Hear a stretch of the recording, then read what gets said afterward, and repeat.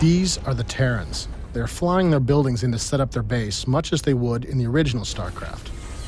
Notice the command center here is holding 5 SCVs. This is a special new ability that allows the Terrans to rapidly expand or redeploy on the battlefield.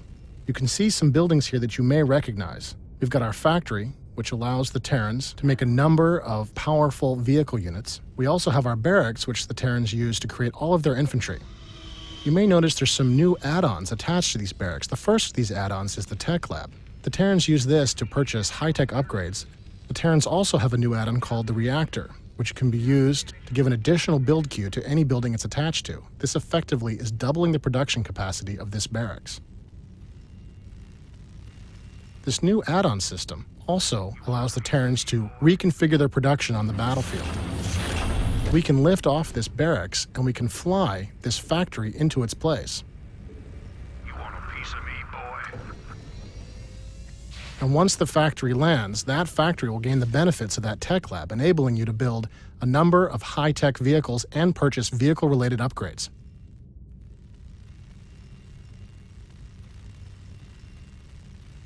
Base defenses are still very important to the Terrans. We've got our bunkers, which of course will load up with our infantry. In addition, the Terrans have a new base defense. This is the sensor tower, which the Terrans can upgrade into a radar tower. The regular sensor tower detects enemy cloakers.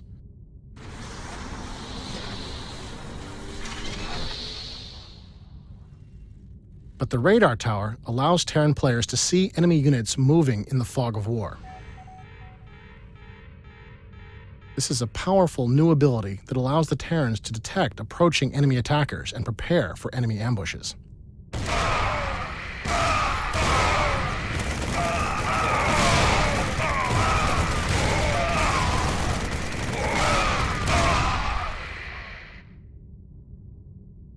The battlecruiser is back in StarCraft 2.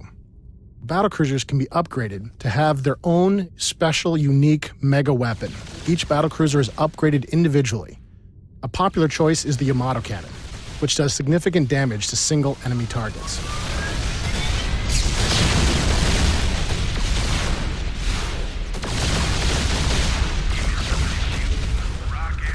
Another powerful choice is the plasma array. This is an area effect attack against enemy ground forces. To deal with these battlecruisers, we'll need to bring in our Vikings. This is a new Terran tactical air fighter. It's armed with 2 powerful missiles that it can use to engage enemy capital ships.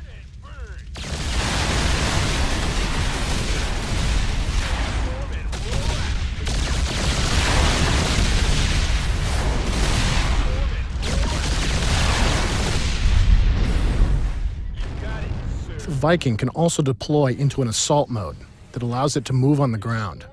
You can imagine all of the different ways that you can use this on the battlefield. Of course, you can use it to avoid incoming enemy aircraft fire. But you can also use this special assault mode to make devastating attacks on enemy bases. We're going to fly north now and look for our enemy base. And once we get into position, we're going to take our Vikings and we're going to transform them into their assault mode and continue the battle on the ground.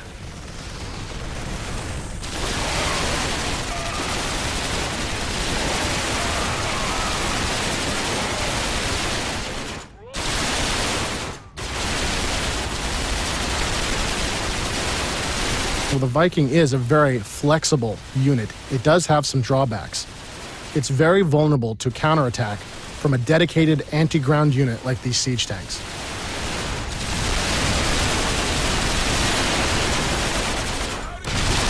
That was simply too much firepower for our Vikings to survive, and we'll be forced to transform into our air mode and move away. To attack these siege tanks, we're going to bring in our new Terran gunship. This is the Banshee. It fires a volley of rockets at enemy ground targets.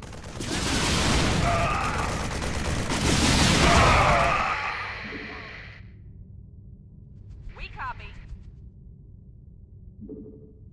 Sir, don't, sir. We copy.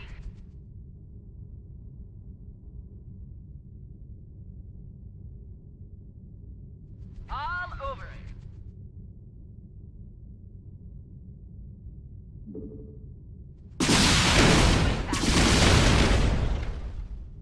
Now, these Banshees are vulnerable to this Marine counterattack, so we're going to cloak our Banshees and engage them with our area effect missiles. Fortunately for us, those Marines have clustered up, which is exactly what you don't want to do against the Banshee.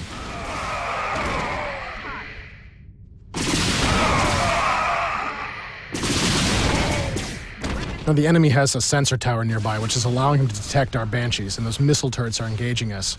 Well, the Banshee is very powerful against ground targets. It's just not tough enough to stand up to those missile turrets, and once again, we're forced to retreat.